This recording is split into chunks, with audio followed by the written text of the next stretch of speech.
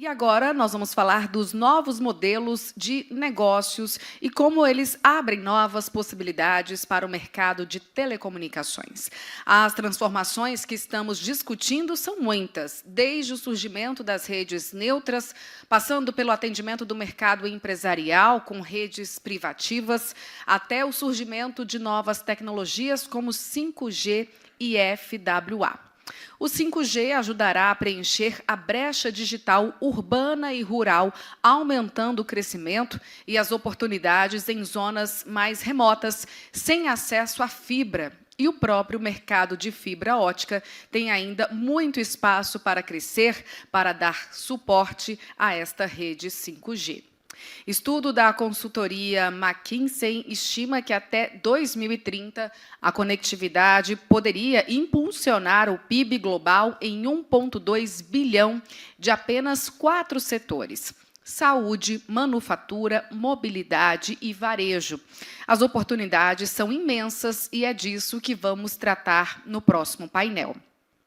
Convidamos o coordenador da mesa, Rafael Bittencourt, do Valor Econômico. Rafael, por favor, venha ao palco. Obrigada, seja bem-vindo. Convidamos também os nossos debatedores, Arthur Coimbra, conselheiro da Anatel.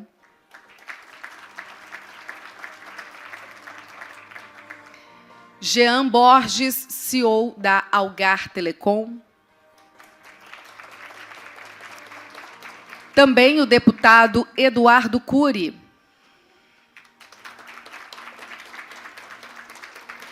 Flávio Rossini, diretor de Assuntos Corporativos da Vero Internet. E, novamente, Pedro Arakawa, VP de Negócios da Vital.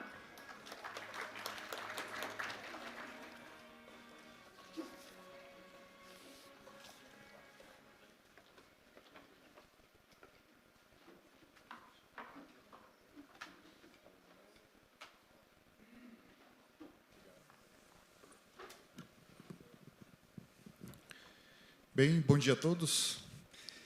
Para mim aqui, é uma honra estar aqui hoje. Acompanhei tantos eventos aqui, cobrindo tantos anos aqui, tratando dos principais debates aqui do setor, né? Gostaria de agradecer a organização, o Marcos Ferrari, especialmente. E, abrindo o debate, gostaria de começar pelo o conselheiro da Anatel, Arthur Coimbra, né, sobre toda essa mudança que o setor vive nos últimos anos, né? Um tempo atrás, nós vimos as operadoras de telefonia celular abrindo mão das torres, um movimento que foi crescendo, cada vez mais essa separação estrutural veio acontecendo, né? E até chegar ao ponto que vimos o caso, por exemplo, da Oi, uma empresa que quando a gente vê ela atuando sem uma titularidade, vamos dizer assim, de uma rede, sem ser dona da rede onde ela oferece serviços para os clientes, né? E nesse interim também vimos também o surgimento também o impulsionamento das redes privativas. Eu queria saber, nesse contexto agora do Arthur, como é que a agência tem atuado para poder estimular esse setor, né, o desenvolvimento dele cada vez mais, né, especialmente esses atores que chegam no ramo de redes neutras, e também acompanhando esse movimento os provedores regionais. Obrigado, Rafael.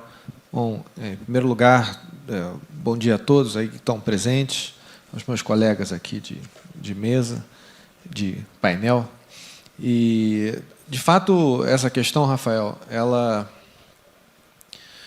é muito difícil para um órgão regulador, porque o órgão regulador, por mais que se policie, ele invariavelmente sempre fica no caminho de muitas coisas, né?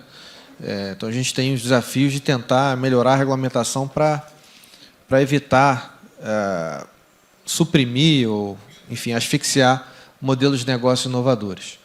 Redes neutras é um exemplo desse. Em geral, já é permitido um modelo de negócio como redes neutras, mas se você pega a regulamentação tradicional do serviço, sempre tem regras destinadas a consumidores finais que talvez não fossem aplicáveis a uma operadora de rede neutra, que opera primariamente no atacado ou fornece infraestrutura.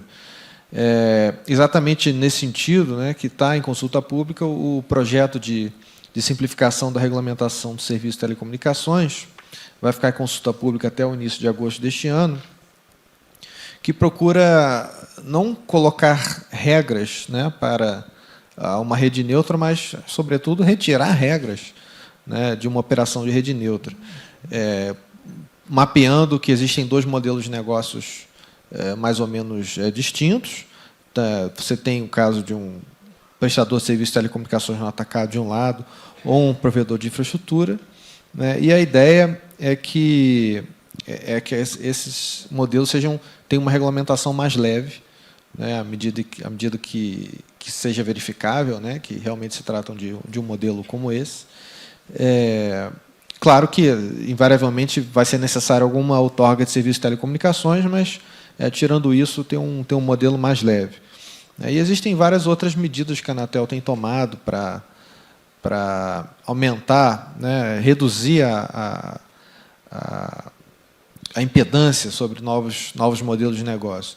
A própria exploração industrial de radiofrequências, que desde 2016 já é permitida, é algo que se procura, né, aprimorar com o novo regulamento de uso do espectro de radiofrequência, sobretudo em face da Lei 13.879, que expressamente trouxe, né, a possibilidade de um mercado secundário. Mas também a gente tem a preocupação de melhorar o ambiente para o uso secundário de radiofrequência. Nós temos, desde 2016, a possibilidade de a Anatel outorgar um uso secundário de radiofrequências para uma empresa, uma operadora de telecomunicações, em uma área onde já haja uma outorga em caráter primário. Então, foi algo relativamente novo, né, a partir de 2016, com o RUI. Só que isso não tem sido suficiente para estimular o investimento em áreas onde não há cobertura. São áreas em que há outorga primária, há 15, 20 anos, mas são áreas em que até hoje não se implantou nada, né? E as regras atuais ainda não foram capazes de se traduzir em segurança jurídica para um investidor obter a autorização de uso secundário, levantar sua rede nessa área erma e fazer o atendimento. Então, são as preocupações que nós temos aí em relação a isso. As próprias redes privativas, né, que fazem uso de radiofrequência autorizada, são há mais ou menos 10 anos. A Anatel vem trabalhando nesse sentido, primeiro com a revisão da regulamentação do SLP, Serviço Limitado Privado, em 2013, que transformou o SLP numa espécie de coringa, que pode ser usado para as redes privativas, mas, desde então, mais de 5 resoluções diferentes da Anatel já trouxeram possibilidade de uso do espectro especificamente para redes privativas ou de maneira compartilhada, né? Em caráter exclusivo, por exemplo, para uso em caráter secundário, você tem a faixa de 2.39 GHz, 1.400, 1.500 e, mais recentemente, agora no leilão do 5G, 3.700 a 3.800 MHz, voltado especificamente e exclusivamente para as redes privadas ou privativas, dependendo da tradução que você queira usar. O Wi-Fi 6, o Wi-Fi 6E, né, em que a Anatel destinou 1.200 MHz para o Wi-Fi, num movimento muito interessante de abertura, né, de redes não licenciadas, para que novas empresas possam desenvolver seus modelos de negócio usando esse espectro de banda larguíssima, né? E, por fim, o próprio FUST, que foi renovado e vai se abrir para projetos inovadores. Mas, sobretudo, o que a gente tenta fazer ao máximo é que a agência deixe de ser estimule a inovação e não barre a inovação. Há um tempo atrás, uma empresa de equipamentos de terminais me procurou, chateada, porque ela tinha feito um modelo de telefone fixo, né, retrô, né, simulando o de disco, mas eram teclas, né? E essa empresa fez esse modelo para vender, enfim, né? e não conseguiu homologar na Anatel, certificar esse equipamento. E por que aconteceu isso, né? Vamos tentar ver. Não, porque a norma de certificação e homologação, ela diz que todo terminal de telefonia fixa tem que ter o teclado quadradinho, né? E redondo não pode. E o digital, né? E aí, pô, você vai entender por quê. Tem uma razão para isso, não é loucura, né? A razão é para quem é para os deficientes visuais poderem encontrar as teclas, né? Ok, mas você faz sentido você exigir isso para todos os modelos na década de 60, quando era um modelo de terminal entregue pela própria incumbente. Agora, nessa altura do século XXI, você exigir que todos os modelos tenham esse mesmo padrão, faz sentido ainda? Então, a Anatel foi lá e vou revisar essa certificação e homologação. Mas até revisar essa regra, né, a empresa já perdeu o tempo de mercado. Então, esse tipo de coisa que a gente tem que evitar. E, para evitar isso, e aí realmente concluindo minha intervenção, para evitar isso, é que a agência, já agora no projeto de simplificação da regulamentação do serviço de telecomunicações, que se encontra em consulta pública, a gente prevê a figura do sandbox regulatório. O sandbox regulatório, em resumo, é a possibilidade de a agência, em face de um modelo inovador, um projeto novo, que não se coaduna exatamente às regras, a agência, de maneira muito rápida e simples, ela remove as regras para que esse projeto possa prosperar numa espécie de balão de ensaio, né, e em se confirmando isso, até provocar uma alteração da própria regulamentação de maneira mais ampla. Isso está em consulta pública, a ideia é que a gente seja capaz de fazer isso e reduza cada vez mais a resistência que a agência impõe nesses novos modelos. Obrigado, conselheiro. Aproveitando aqui também a presença de mais uma autoridade pública aqui, o deputado Eduardo Cury, ele que é atuante no temas do setor no Congresso, né? Estou no PLs, projeto de lei relacionado à atualização de TV paga e também, mais recentemente, do silêncio positivo, né?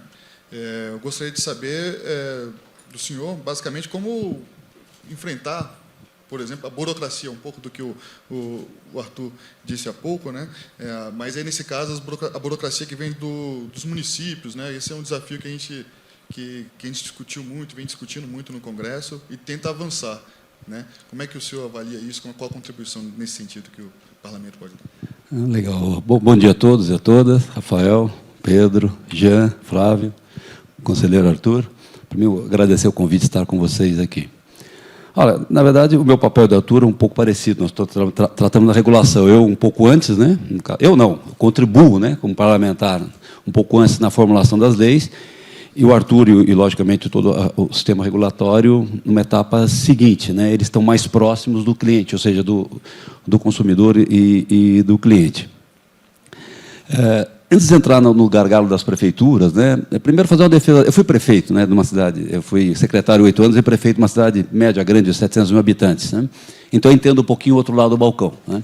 Primeiro, você tem falta de inteligência, você não tem quadros técnicos para acompanhar a evolução da tecnologia, de forma que você tenha um arcabouço legal e micro-regulatório para você fazer frente a isso. Né? Eu lembro, quando eu era prefeito, eu brigava com as antenas, na época, quando as antenas começaram de celular, eu era prefeito. Então, você brigava. E a briga não era técnica, nem tecnológica, nem a questão da emissão para o câncer. O meu chefe de gabinete, ele era um fazedor de satélite, então ele entendia muito bem disso. A questão era estética. Então, a briga era estética, eu não gostava daquelas torres gigantes e brigava para que fossem aquelas mais finas possíveis, para não impactar a minha cidade, uma cidade muito bonita e tal. Então, o que eu entendi depois, conversando com prefeitos, eu fui vice-presidente da Frente Nacional do Prefeito, é o seguinte: grande parte dessa resistência é por falta de conhecimento. Primeira questão. Muitas cidades e prefeituras, na época da telefonia celular, caiu naquele conto das emissões de rádio, que, na verdade, podiam causar câncer e tudo mais. Então, tinha um pouco desse desconhecimento, um pouco de má-fé também, um pouco de má intenção em alguns locais, mas era basicamente isso. Mas esse microproblema das cidades, ele se reflete também, na minha opinião,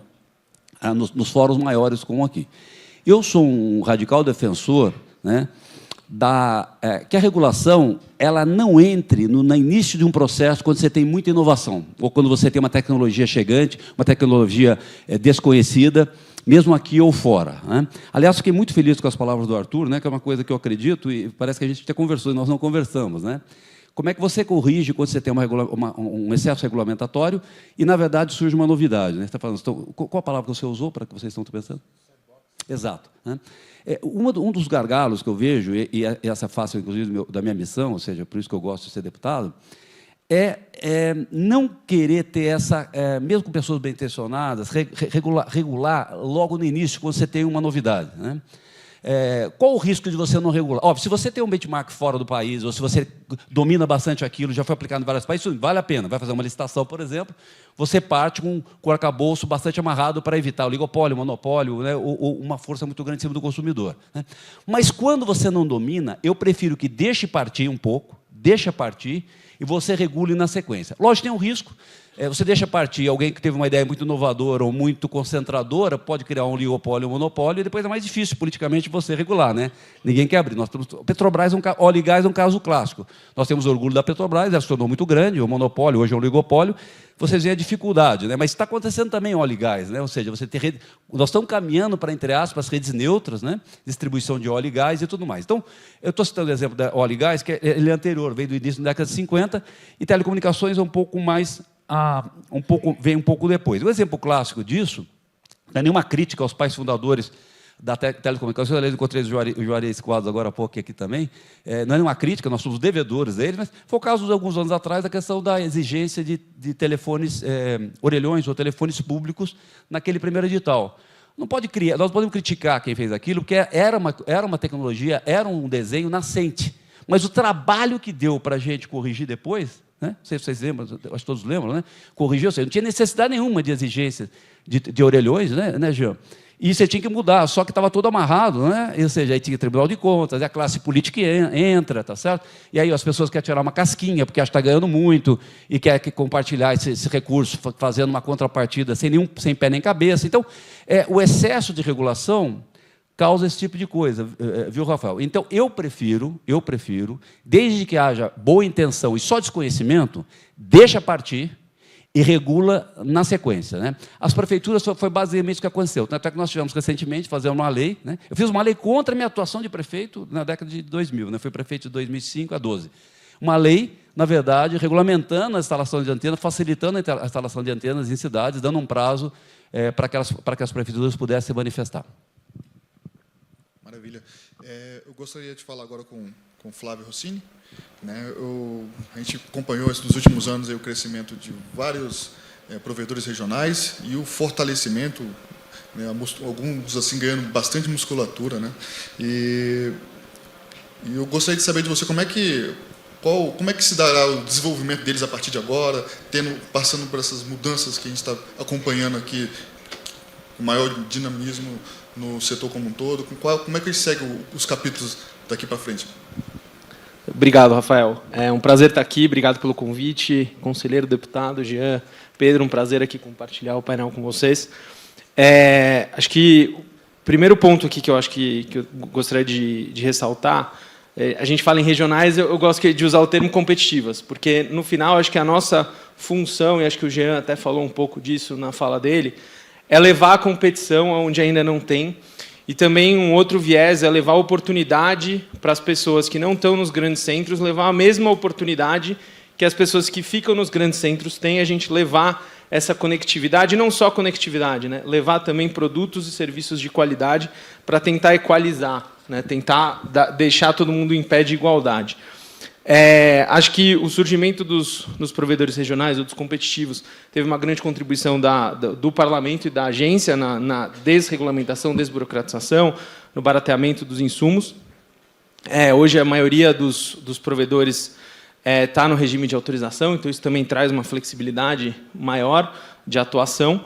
E acho que a nossa função é essa. A nossa função é complementar o mercado, é levar a competição, é levar a oportunidade, contando com os novos caminhos aí que a gente falou ao longo dos painéis, né? Acho que o Pedro vai falar um pouco, já falou e vai falar mais aí da rede neutra. E aí depois, nas próximas interações, eu conto um pouco mais de como é a nossa estratégia. Mas a gente vê a rede neutra como uma oportunidade para nós, né? Uma oportunidade complementar à nossa tese de negócios. E uma nota pequena aí só sobre a Vera, eu não falei. Hoje a gente tem quase 700 mil clientes aí, espalhados por quase 200 municípios do Brasil, atuando em 4 estados, Minas Gerais, Santa Catarina, Paraná e Rio Grande do Sul, e com uma rede, aí, incluindo backbone e rede urbana, de quase ou aproximadamente 300 mil quilômetros. Então, foi um crescimento bastante acelerado, a gente surgiu em 19, e a gente também, como já falaram aqui no painel, a gente acredita que 5G é complementar à fibra, ainda tem muita oportunidade de crescimento na fibra. O cenário macro, mais para o final do painel, também comenta um pouco sobre o cenário macro. É desafiador, mas a gente acredita que ainda tem muita possibilidade de crescimento e oportunidade complementar com esses novos negócios que estão surgindo. Obrigado. Maravilha. Jean Borges, da UGA, eu gostaria de saber de você também um pouco dessa... Eu queria trazer para você que você aprofundasse um pouco mais sobre esse tema da regionalização dos atores, né? E com uma pitada mais, um ingrediente a mais, que é a chegada de investidores também que estão olhando isso, estão fazendo aportes, estão querendo participar dessa brincadeira também. Como é que você avalia esse movimento? Eu vejo, primeiro, com muita positividade, né? Porque, assim, do lado das cidades, do lado das pessoas, das empresas, é porque tem uma demanda que, de certa forma, não é tão bem atendida, né? Do lado das empresas regionais e tudo mais, certamente uma grande oportunidade de ocuparem esse espaço, crescerem, né, e prosperarem. E vejo, inclusive, para as empresas nacionais ali até uma visão positiva, porque, de certa forma, elas têm lá suas agendas e se não houvesse essa ocupação do espaço aí, elas teriam aí, vamos dizer assim, no mínimo, muita reclamação, né? Então, eu vejo que os agentes, né, eles se cooperam e se complementam nesse sentido. E eu acho que os investidores aí que surgem é a comprovação de que também, a partir dessa demanda, a partir desse espaço aí, tem grandes oportunidades de business, né? E se a gente for analisar, né, eu estava vendo o meu amigo Roberto ali, né, com grande crescimento, e os investidores querem isso, né? Então, às vezes você olha a floresta como um todo e vê só árvore, né, mas ali, quando você aproxima um pouco, você vê diferentes tipos de árvores, diferentes tipos de necessidades. E eu fico muito feliz com isso tudo, porque isso, do ponto de vista para os reguladores, né, o conselheiro, o deputado, eu acho que, no fundo, a grande intuição, a grande intenção é fazer com que todos os brasileiros, não importa onde e em que condição, tenham a mesma oportunidade, né? E isto... ao longo dos anos, a gente percebe uma clara evolução nesse sentido, né? E espero que haja, inclusive, mais evoluções, né, mais rapidamente, porque se tem uma coisa que todos nós sabemos é que a tecnologia ela é implacável, ela é muito rápida, e passou aquela fase, simplesmente se perdeu, e vamos dizer assim, os analfabetos ou deficientes digitais, né, passando determinadas fases aí, praticamente ficam alijados de todo o processo. Então, eu acho que, nesse sentido, reconheço os grandes esforços, as grandes evoluções, mas também pensamos que há necessidade aí de cada vez mais um olhar, porque assim, 94% das cidades, dos municípios brasileiros, têm aí 30% da população e estão espalhados aí num país continental, né? Então, rápidas palavras, seria isso aí. Pedro, curioso o Jean colocar aqui para nós que, apesar do crescimento vertiginoso dos regionais, ainda tem mercado a ser explorado, né? E a gente vê também pelos números, né, que ainda tem muitas cidades, muitas casas ainda a serem cobertas ainda com rede física, por exemplo, chegar a banda larga ainda. Aqui, apesar dos números assim impressionante, marca nova, mas com uma presença bem importante aqui no país, 400 mil quilômetros de fibra. Exato. Como vocês... o que você vê de espaço ainda? Que áreas do mapa ali do Brasil vocês veem como potencial, enxergam para poder avançar, seguir adiante na expansão da rede? Mais uma vez, um prazer estar aqui com vocês e bom dia a todos. Obrigado pela pergunta, Rafael. Recapitulando, então, o país tem aproximadamente 90 milhões de domicílios, incluindo pequenos negócios como um domicílio. Vimos aqui números da própria Anatel, que tem pouco mais de 40 milhões conectados por uma banda larga, mas destes, aproximadamente 24 ou 25 milhões por uma fibra ótica. E tem uma demanda latente, eu diria até que tem uma demanda reprimida em várias regiões. Então, respondendo a sua primeira pergunta, a oportunidade é muito grande. E agora quero abordar aqui o tema da Vital, de compartilhamento de infraestrutura, por um outro ângulo, conectando com essa agenda social que foi muito bem explorada por vocês. Quando me perguntam o que eu faço, você trabalha na Vital, o que você faz? Eu compartilho infraestrutura. Essa, tipicamente, não é a minha resposta. A minha resposta é: eu ajudo você a estar próximo de quem você ama, levar educação, informação, entretenimento até as casas das pessoas, eventualmente até a palma das mãos das pessoas, como um viabilizador, como uma empresa que viabiliza essa conexão através de parceiros gigantes como a Algar e como a Vero, eventualmente, provendo serviço para o consumidor final. Então, acho que a oportunidade é muito grande, tem uma disrupção digital muito próxima à nossa frente, com metaverso, com veículos autônomos, drones autônomos, com muito IoT, com o próprio 5G, que vai viabilizar uma série de outras aplicações. E para que isso seja bem entregue, para que o Brasil continue, e quero fazer um ponto aqui também, um elogio às competitivas, aos provedores regionais, às operadoras. Acho que na pandemia o país funcionou, com muita gente trabalhando remoto, isso é graças ao trabalho de vocês, cumprimento todos vocês aqui e fico feliz de fazer parte desse ecossistema da Vital, de alguma forma contribuir para isso. Maravilha. Quero aproveitar aqui a presença do Arthur para poder perguntar sobre um assunto do momento, né? Semana que vem, ontem mesmo, o presidente da Anatel, Baigorre, falou aqui que vocês estão programando uma reunião extraordinária da diretoria, do comando da agência, né? E você, como relator do processo, vai trazer a questão da migração, do fim dos contratos, né? Queria só aproveitar a presença aqui para você dar uma atualizada para a gente, já que você vai ser o relator, o que você deve apresentar como proposta para o Conselho. Eu sabia que esse assunto ia surgir.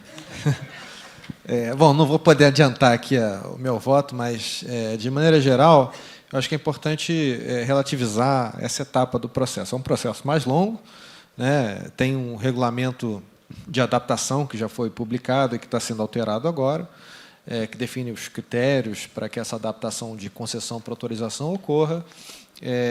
Está sendo revisado em consulta pública, especificamente no ponto que trata dos compromissos de investimento a serem executados, né? Porque a lei ela prevê que a Anatel calcule o valor econômico dessa adaptação e que converta esse valor em investimentos. Agora, que tipos de investimentos, né? Então, está em consulta pública justamente para a gente atualizar essa lista de investimentos passíveis de serem, né, executados com esses recursos. Essa reunião da semana que vem, especificamente, tem 2 itens de pauta. Tem o planejamento regulatório, a agenda regulatória, né, do 23, 24, e tem também esse processo, que é do metodologia de cálculo do valor econômico, de adaptação. Em sendo aprovado, né, a proposta, envia-se ao TCU, envia-se essas contas, essa metodologia ao TCU, o TCU avalia, devolve para a Anatel, e a Anatel, a partir das recomendações do TCU, então, faz aí a versão final. Além da metodologia, também vão ser aprovados os valores, especificamente, os valores econômicos de cada concessionário para essa adaptação, mas esses valores serão aprovados em caráter preliminar, porque esses valores são móveis, né? Com o tempo, eles se alteram, então tem um momento de enviar para o TCU, o processo volta e tal, e depois tem que ser recalculado o valor, mas a metodologia ela é firme, né? Ela, em sendo aprovada, ela permanece como se encontra. E depois, efetivamente, vai haver então as regras e os critérios para a migração, propriamente dito, né? A apresentação dos projetos de investimento e por aí por diante, né? Então, de maneira geral, é assim que vai funcionar o processo. Temos as arbitragens, né, como é conhecido de todos, e essas arbitragens, é claro que esse processo ele tem que conversar com a arbitragem no sentido de, olha, eu tenho que ser capaz de absorver o resultado da arbitragem ao longo desse processo.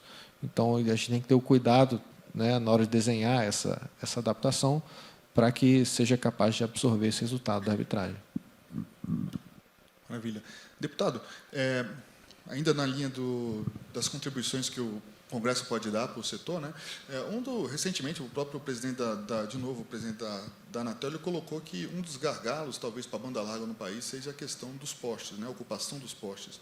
E é um impasse aí que a agência tenta resolver com outra agência do setor elétrico, porque as distribuidoras de energia são as que têm esse papel de cuidar dos postes, zelar ali pela manutenção, né, mas não são remuneradas para caso de custos extras que vêm do cuidado, da manutenção relacionada ao setor de telecomunicações, né, e há a possibilidade de ampliar esse debate para que venha uma solução no âmbito legislativo, política pública, para deixar o papel de cada um mais claro e isso deixe de ser um gargalo para o desenvolvimento, o investimento no setor de banda larga? Você consegue? Eu vejo um caminho para isso. Esse conflito, vou pegar esse caso clássico que você citou, conflito posses, uma concessão federal de energia, as concessionárias, muitas pulverizadas, né, de telecomunicação, e você tem um agente local, que é a prefeitura, que é o poder local. Conflito sem solução.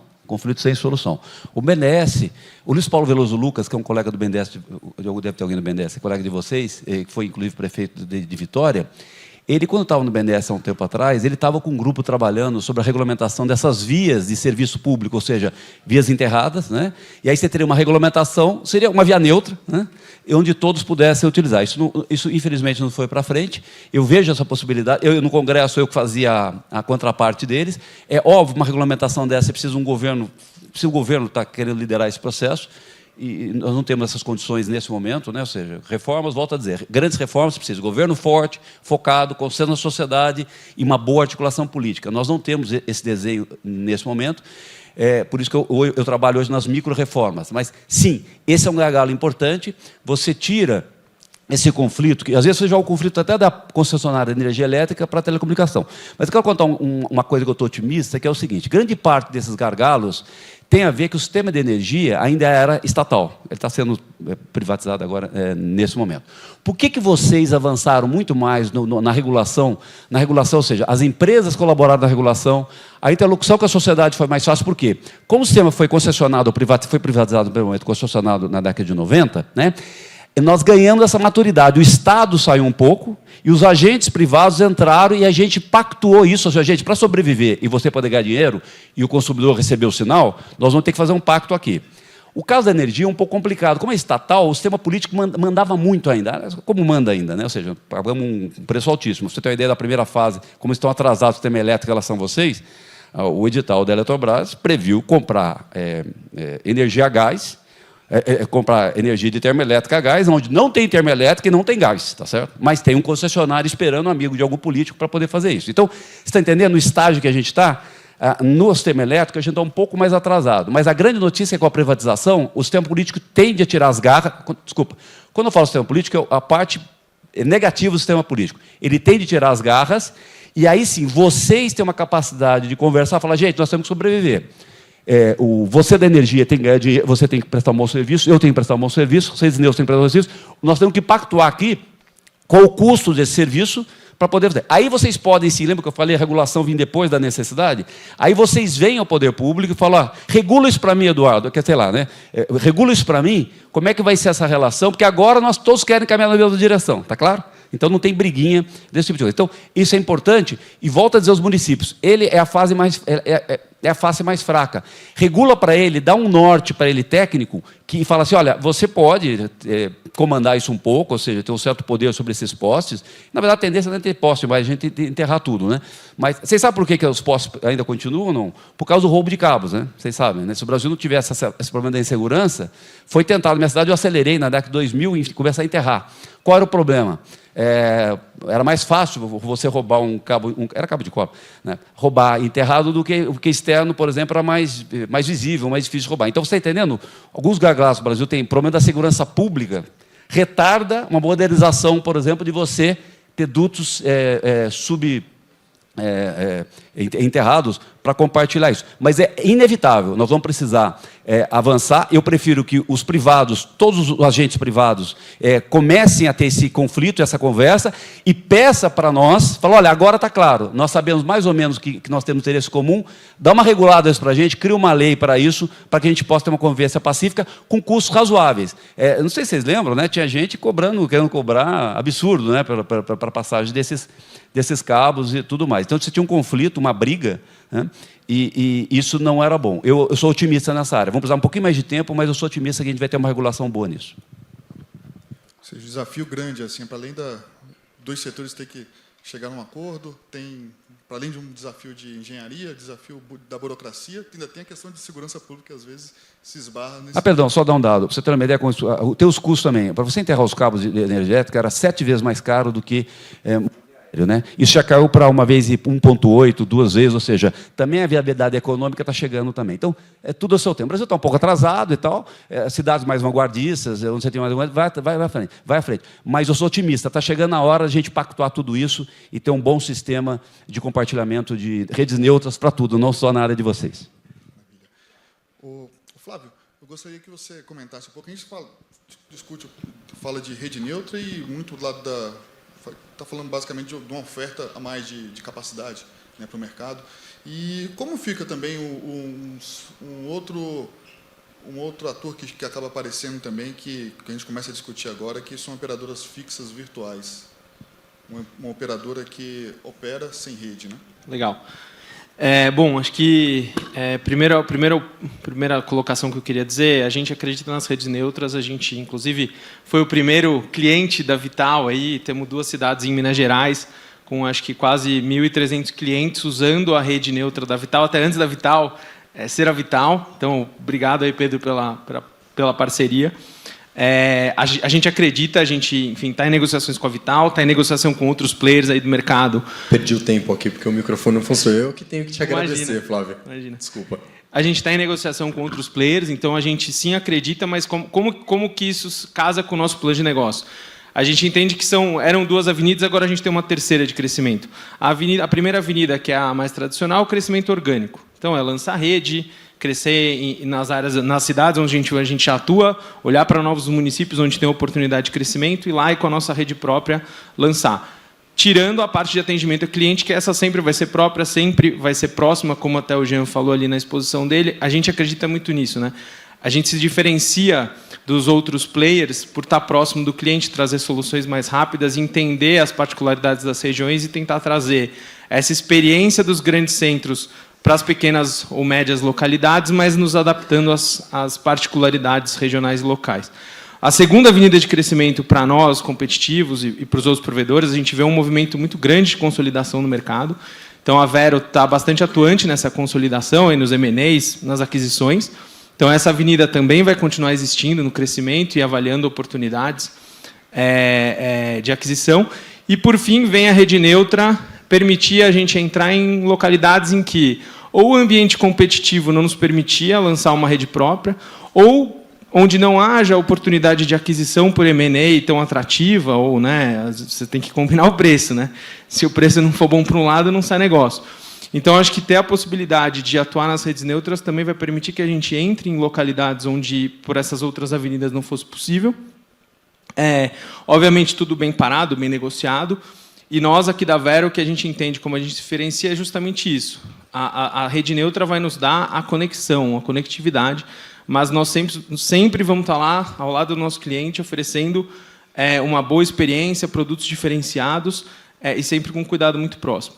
Em relação às novas, né, essa nova modalidade, que aí eu imagino que seja até o outro cliente do Pedro que ele mencionou, a gente acha que é viável, nossa leitura é que sim, é possível, mas acho que tem que tomar muito cuidado com o modelo, para que seja rentável para os dois lados, porque senão você pode criar uma operadora asset light que não consiga ter retorno e não seja viável no longo prazo. Imagino que para esse novo cliente do Pedro isso tenha sido avaliado e tenha parado aí de pé.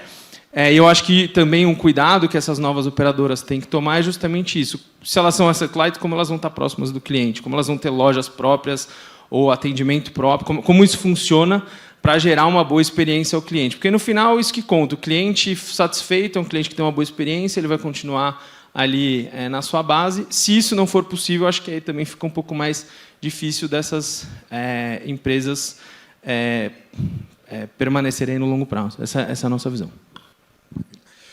Jean, eu gostaria de saber como é que a Algar ela enxerga oportunidades na rede privativa. Vocês veem isso como um nicho interessante para chegar a oferecer, a trabalhar com clientes corporativos, oferecer algum tipo de produto nesse sentido? Como é que vocês enxergam isso dentro dessas mudanças todas, transformações que a gente está vendo agora?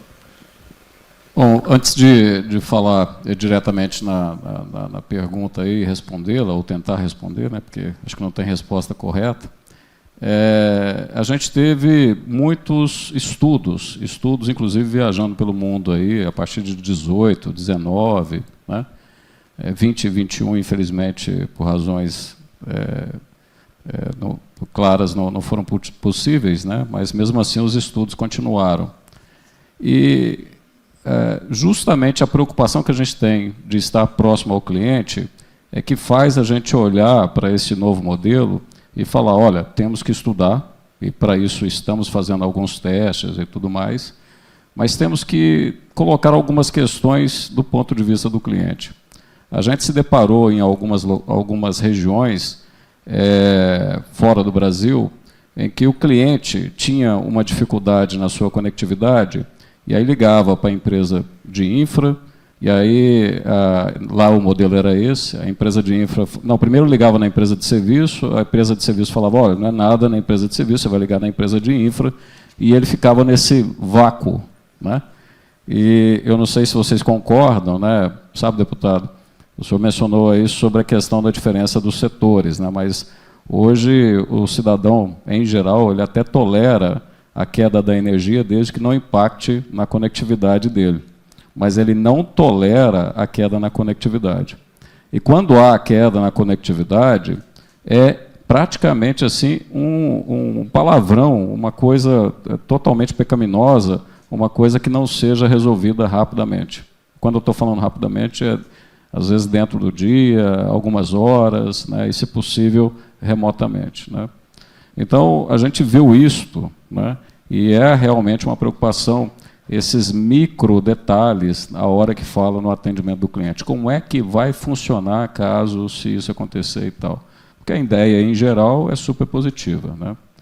A questão que a gente olha dentro do Grupo Algar e da Algar Telecom, perceba que a gente tem um grande fundo de investimentos com a gente, tem sido muito importante no nosso crescimento recentemente e tal, mas nós temos um acionista que vamos dizer assim, relevante, e ele tem uma visão de muito longo prazo. Então, no longo prazo, essa visão no cliente, seja ele uma pessoa jurídica, uma pessoa física, uma residência, é muito mais importante, e aí ainda é interessante ou ainda é relevante termos a verticalização, ou seja, termos a rede, termos aí a própria operação que nós temos, termos os próprios canais de comercialização, do que tentar, obviamente, buscar o asset light, né? Então, a gente, obviamente, está muito atento a isso. Quanto menos ativos dentro de uma mesma prestação de serviço, melhor, o retorno é muito maior. Mas, olhando do ponto de vista do cliente, a gente ainda tem que fazer muitos testes aí, bons testes, né? A boa notícia é que estamos sendo laboratórios, né, mútuos aí para essa questão. E eu acho que a gente vai ajudar a aumentar os standards aí de qualidade. Só uma questãozinha naquele ponto que você fez a pergunta para eles sobre essas empresas totalmente asset light. A gente sabe que o futuro, sem dúvida nenhuma, será digital, mas a gente acredita muito no phygital, né? Realmente o cliente, e aí de novo eu vou trazer, sabe, deputado, conselheiro, a visão dos vários Brasis. Nós temos diferentes, né, vamos dizer assim, Brasis dentro do mesmo Brasil e diferentes camadas sociais. Então, os meus filhos, eles são completamente digital. Então, para eles, quanto menos o físico do FI, né, é melhor. Mas a gente tem uma população que cada vez mais é longeva, graças a Deus, né, e que tem a dificuldade do puro digital, e que ainda tem muito do hábito ou da necessidade de ter o contato, de ter ali a relação. Então, a gente acha que ter vários canais, várias abordagens, para o momento e para algum futuro ainda é muito necessário. Tá? E talvez a indústria, vamos dizer assim, o setor varejista é o que mais fala a verdade nesse sentido. Está todo mundo olhando aí, primeiro era só físico, aí foi tudo para o digital, e agora estão meio que percebendo que precisa das duas componentes. Né? Obrigado. Bem, Pedro, eu gostaria de perguntar para você, olhando para novos modelos de negócio, considerando que o que vocês oferecem, a conectividade, é algo, né, que abre um leque de possibilidades, né? Como é que vocês enxergam que pode as oportunidades que vocês têm enxergado nesse mercado, né, de forma os produtos que vocês podem vir a oferecer, que pode agregar valor, né, e de que forma esses modelos não vão chegar numa situação de super oferta de rede e que vocês consigam dar vazão às oportunidades que podem ser discutidas, amadurecidas e a partir toda essa conectividade que vocês oferecem. Obrigado, Rafa. Agora voltou aqui a funcionar. Obrigado. Primeiro, reagindo a um ponto que o Jean fez, foi muito bem colocado, a gente também acredita da mesma forma que essa triangulação com o consumidor final entre a rede neutra, o operador, o prestador de serviço, ela não pode existir. A experiência do cliente ela é soberana e é ali que a gente mira, é um investimento muito grande que está sendo feito. Então, a gente tem plena convicção que juntos a gente consegue encontrar um processo que funcione bem para o consumidor final. Porque é só assim que a Vital vai prosperar e o nosso entendimento é que a gente está nesse caminho. Sobre uma nova camada de produtos e serviços, como a Vital contribui, a gente tem uma visão clara do roadmap de futuro. E lembrando que a Vital é uma viabilizadora, ela sempre ajuda a operadora, a competitiva, o provedor regional a prestar um serviço melhor para o seu consumidor. Então, tem uma coisa que a gente preza bastante, que a Vital nunca vai cruzar essa fronteira de ir sempre viabilizando uma prestação de serviço para o provedor, para a operadora nacional. Dito isso, então a gente entende que uma primeira fronteira é a casa do cliente. Em muitos lugares você tem uma fibra chegando com uma ótima qualidade até o poste, mas quando você puxa para a casa do consumidor, às vezes o equipamento, o Wi-Fi que lá está, ou o cabeamento que é feito para sair do poste e entrar na casa do consumidor não é feito da melhor forma. Então, primeira parte da resposta, a gente está trabalhando muito para ter uma solução que funcione para vocês, que funcione para todos os operadores da indústria, porque a Vital consiga viabilizar uma experiência melhor na casa do consumidor. Essa é uma primeira fronteira. Segundo, como eu disse, viabilizando backhaul para small cell de 5G. O país tem um pouco mais de 100 mil sites de telefonia móvel. Segundo as nossas análises, para o 5G funcionar bem, tem que multiplicar de 5 a 10 vezes a quantidade de sites, porque o raio de cobertura de uma célula 5G é menor que do 4G, do 4,5G, e todas deverão ser conectadas por uma fibra. Então, entendemos também que a Vital pode ajudar viabilizando um rollout, viabilizando um deployment mais acelerado do 5G no país. Depois, com processamento na borda, com uma latência bem menor, porque os veículos autônomos, ou seja ele um carro ou um drone, por exemplo, vai demandar essa microlatência. Metaverso, por exemplo, com certeza é uma outra disrupção que está próxima de ser massificada e também vai demandar uma infraestrutura à prova de futuro com uma latência muito menor e muito caching, muita hospedagem de conteúdo na própria rede para entregar para o consumidor uma experiência quase que em real time, lembrando dos tempos antigos, quando a gente apertava o play e ficava carregando o vídeo antes dele começar. Hoje é praticamente instantâneo.